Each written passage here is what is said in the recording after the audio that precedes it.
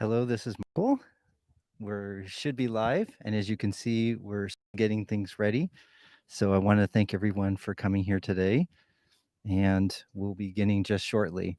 Of course, always things take longer to start than you expect, and it's a little bit harder because we were asked not to get close to the grave site until 15 minutes before the service is supposed to start. So I didn't want to leave you guys all hanging here. And so we'll get started shortly and we'll leave you guys on the, we'll leave you guys going. You can see that they're setting up a table there. There's Jacob, and you can see the gravesite, and the casket is back over there. And I'll make sure that you guys stay in shot and try to do our best. And I hope that the sound comes in great. All right. We'll continue to talk as the event unfolds. Talk to you soon.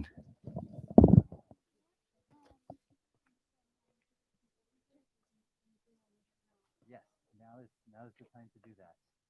So I was as soon as I finished my introduction there, I was going to ask us to do that. Thank you. So Claire, now is the time to begin. So Mary Ellen's going to start us start us going. Okay, hold on one minute. So Mary Ellen will introduce us in about 2 minutes.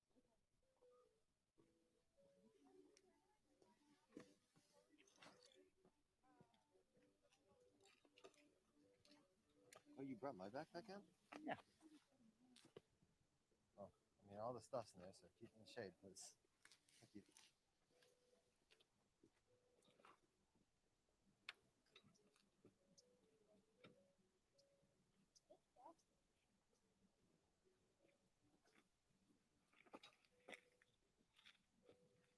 So if you do me a favor and plug in my phone. Please.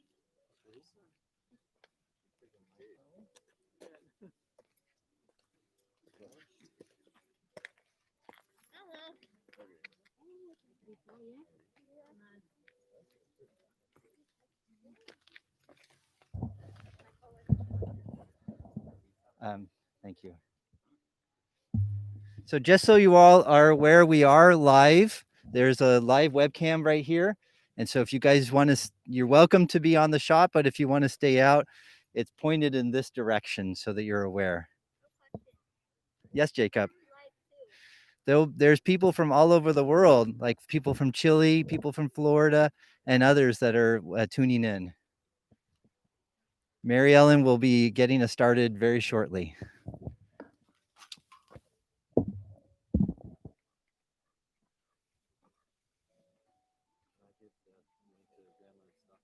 Oh yeah, I already did.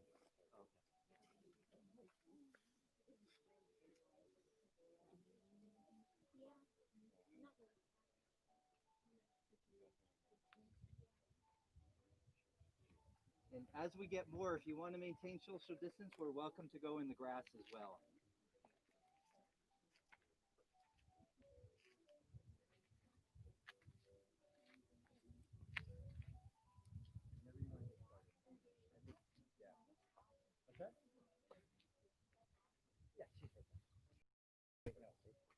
Yes, she is. Yeah.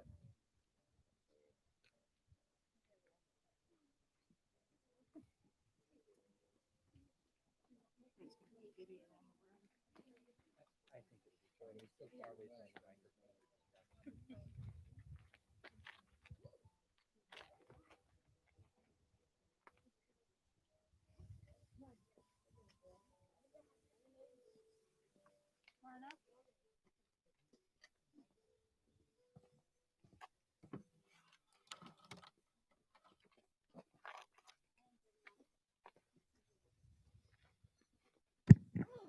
Hello, everyone.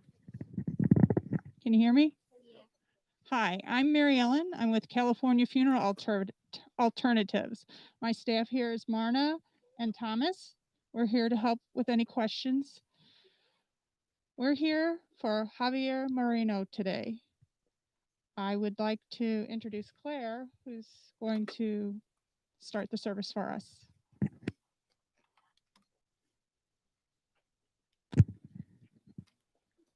Hello, thank you all for coming to honor the life of Javier. I'm honored to be here guiding us through this memorial. Please help yourself to any water, sanitizer, and tissues.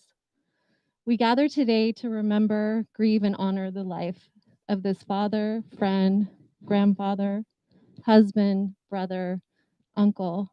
His life touched many. The decorations today are in a nautical theme representative of Javier's love for sailing. He built the boat model over there himself.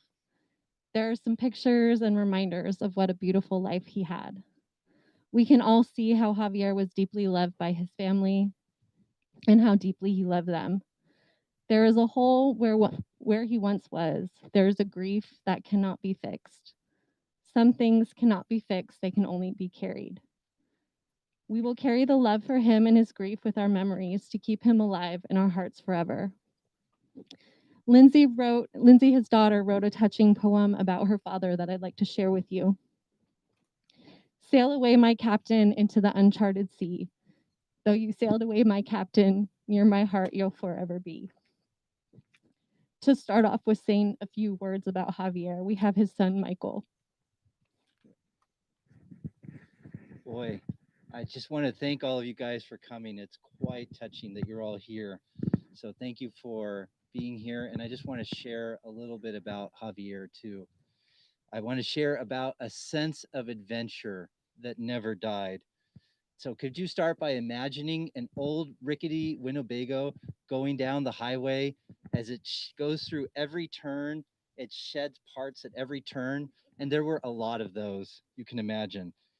My sister and I were cinched up in this long seat with this long seat belt that was more for show than actual safety. And my father would be at the wheel and he would sing Christmas carols. Or maybe he would actually share about his time in Chile, a far flung land a young me would never really understand. And that sputtering behemoth would eventually arrive at the campground and the family would unload onto its next adventure. Was this a time that the Jeep was attached to the RV, or was this a time that my mom would be driving alongside the RV? Either way, it didn't really matter. There was adventure ahead of us, and my dad would need to conquer it. You can imagine that we would arrive at the four-wheel drive. It would be zooming along the dunes of the endless Anza Borrego Desert, and there would be dunes there, and my dad would go in his four-wheel drive and he would need to effortlessly conquer those. He would go from one dune to the next. While 6-year-old me, what would I do? I would hold on for dear life. Dad would laugh at the while I would hold on for dear life. Dad would laugh at the danger and others in the four-wheel drive club. Inside the Jeep, there would be a radio called a CB, or a Citizens brand radio, and it would squawk for hot chili, Javier's call sign. Apparently, Down Under had blown a gasket and needed towing or some other such emergency. And what an adventure it was. I remember one particularly scary event for me where while traversing one dune, there was a punctured tire. You can imagine the air was hissing out, and I got out and I put my finger over the hole to stop the air from coming out because the tire was just moments away from flattening. And of course, there's a spare, but I don't remember if the spare was flat or whatever. It was definitely an emergency for me. And we're out in the middle of the desert. There's no tire store. There's no way you're going to do it. But we're not stuck. Don't worry. There's 20 other people in the club. We're okay. They're not going to leave us. They might leave the Jeep, but they're not going to leave us. And it's okay because a little bit of goop, the tire plug, some pump, and the tire was good as new. We were okay, and my dad was there to make sure we were okay. Now, when we were getting home, do you think that my dad drove effortlessly and calmly to help poor, rattled little Chili? Do you think he did that? No. So, a sense of adventure has carried my dad, Javier, for all of his life. And we are all gathered here today to say goodbye toward him, to a wonderful man that has been on this earth for almost 80 years. And in those 80 years, he has lived a wonderful life, a life of adventure. And we are here, excuse me, sorry. This has been a life of adventure for almost 80 years. And in those 80 years, he has lived a life of adventure, a sense of adventure that has never quit. I think it's wonderful how all of you are here today to enjoy that spirit of adventure, a spirit of adventure that has never quit. With all of our masks and social distancing, it feels a bit clandestine and perhaps dangerous to be here today. And yet, we adventurously came along with him. When we come here to mourn and to say goodbye, it's not because we want to cry or to feel sad. It's not because we're trying to seek an escape from the pandemic. It's because we want to honor Javier Merino's life. His life was marked with beauty. God has sprinkled his life with beauty through his spirit and through various aspects of life. And we get to share in that beauty today as we say goodbye. And I pray that this beautiful goodbye for this beautiful life will bring a touch of healing and redemption for you here. We all have the honor of joining together to send him off on his latest adventure. I cannot begin to share the honor that I feel being able to speak here today at his memorial. Let me share a different story of an adventure that I went on with my father, one that I was not prepared to hear about. For most of his life, at least the life that I knew about, God and religion were not an integral part of it. If anything, perhaps the dogmatic strictness of certain religions were antithetical to Javier's life. And then in 1999, something changed. It started when my dad was struck with pancreatic cancer. I heard about his deathbed conversion, saved from the gates of hell. And it turns out that pancreatic cancer would not be his deathbed, it would not be his death. This extremely deadly cancer, which had killed Steve Jobs and Patrick Swayze, and most recently Alex Trebek, did not take my father. Instead, overcoming the cancer invigorated a new life into him, a spiritual life that wasn't there before. And one afternoon, I was chatting with him about his new life and about discussing a friend of mine who was suffering from a similar form of cancer. My father shared about a support group, one I hadn't heard of before. This one is where he would get together with friends over the phone, cancer patients, suffering patients, and he would share about Jesus and laughter. It was an amazing concept. I was overjoyed to hear about this aspect of my father's life I had never heard about, and I got to experience the fruit of his life. A few weeks later, with the birth of Mia Lynn, I would get to bring my friend there, and he would get to experience God's healing firsthand from my father. That was a wonderful adventure to go on. Thankfully, neither pancreatic cancer nor any other cancer would take my father's life. He would go on for 20 more adventurous years of life. As he aged and as his physical health dwindled, Javier did not lose his vibrant energy that pervaded his life. I don't know how his involvement in the cancer support group wound down, but other spirited ventures would spring up. Uh, for example, a few years ago, my sister's family moved much closer, and his three young children, Jacob, Mia Lynn, and Charlie, there he is, yes, were there, and they bring a youthful energy into his life. They nicknamed him Captain Abuelo and even have Captain Abuelo t-shirts. So when we're done and you see Charlie, go take a look at the Captain Abuelo t-shirts that he has. Perhaps you can hear the story that I share is only partial. Whether it's about sailboats, fishing, moving from Chile to the States, health issues, and so much more, I'm only sharing a small portion of Javier's life and the impact that it had on me, his son. I can't wait to hear from you about from all of you here at this memorial about how Javier's life and his spirit of adventure had a never-ending impact on your life. Javier, Dad, Father, you've been an inspiration for me. I can track my own sense of adventure to your spirit, and I will be forever grateful. I say goodbye to you now, and I look forward to the next age where we as brothers can worship Jesus together in spirit and in truth. Thank you. Okay.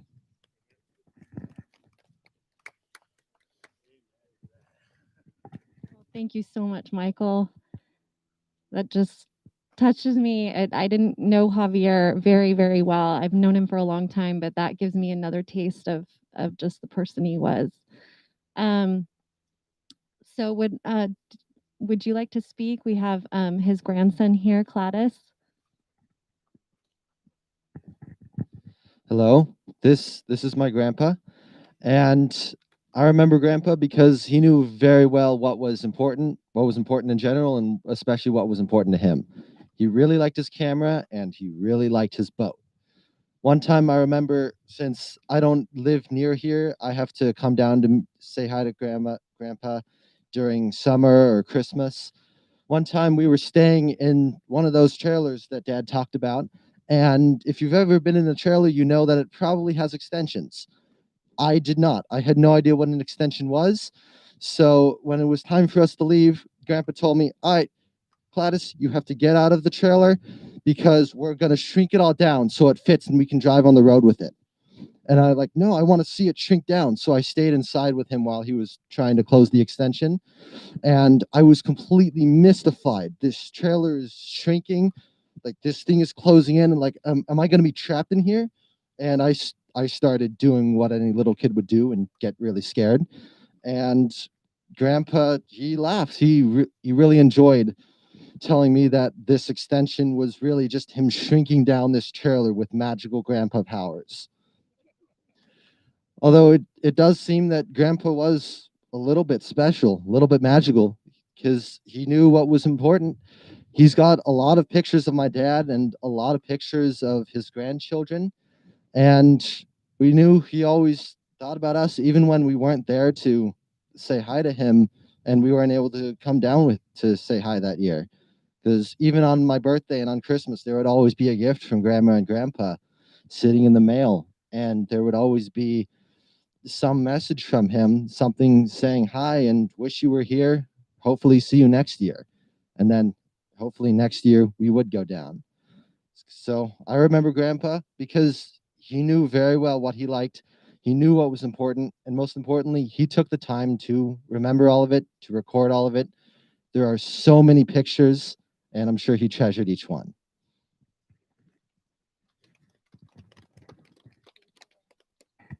Thank you. I'd like to invite anybody else up who'd like to say a word about Javier right now. If you have anything you'd like to share, and if not, that's fine too. Okay.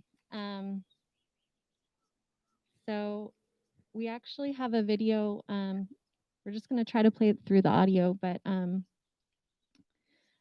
one of Lindsay's best friends, Angie, has a word to share. So let's see if we can make this work. Okay. We're gonna play it. Hi, this is Angie. My word for Javier is wow. And the reason why my word is wow is because of something that I saw when we were getting ready for Ryan and Lindsay's wedding. All of the girls were in Lindsay's hotel room getting ready, and most of us were already done. So we were just doing the final things that Lindsay needed. And Javier had been taking care of Jacob, and he came in to just check on things and see where we were at as far as getting ready. And he walked in and he saw Phyllis. He actually kind of glanced past her and then did a double take and stopped in his tracks, and he just took a breath and said, "Wow, Mom." She had totally taken his breath away. And I watched the whole thing, and I just remember thinking, wow, that was really, really sweet and amazing to watch. That is why my word is wow.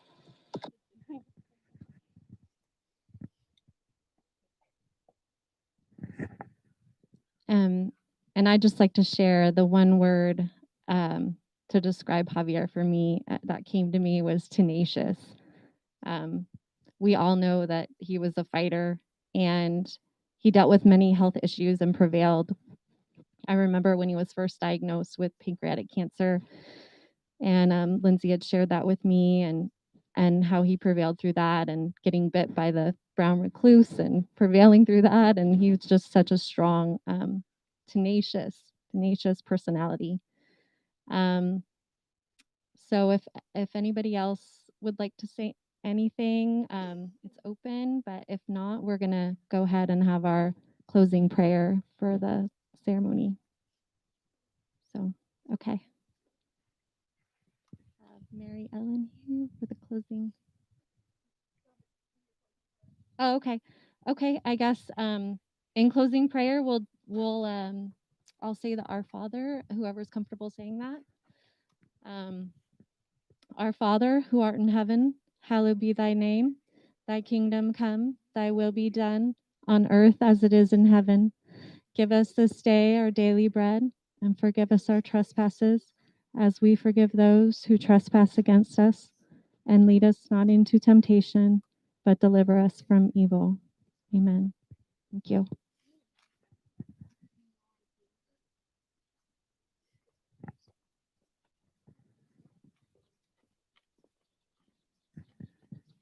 I'm sure everyone else out there could yell out one word when they think of the name Javier and what he means to you. I'd like to hear a few of you just briefly just say one word. Sweet. Sweet. Stubborn. Honest. Hot daughter. Intelligent. Fighter. Taylor.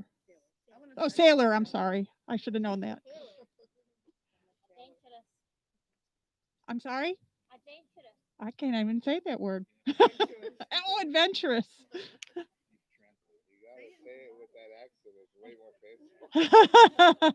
With my Midwest accent. Anybody else? Well, he sounds like a truly amazing man. Thank you for sharing all that with myself and our staff. I'd like to thank you all for coming. We do have a little bit of time, about a half hour or so, to spend time together and saying your final goodbyes. I want to thank you all. I want to thank my colleagues at California Funeral Alternatives and the staff here at Dearborn Memorial Park. Drive safely.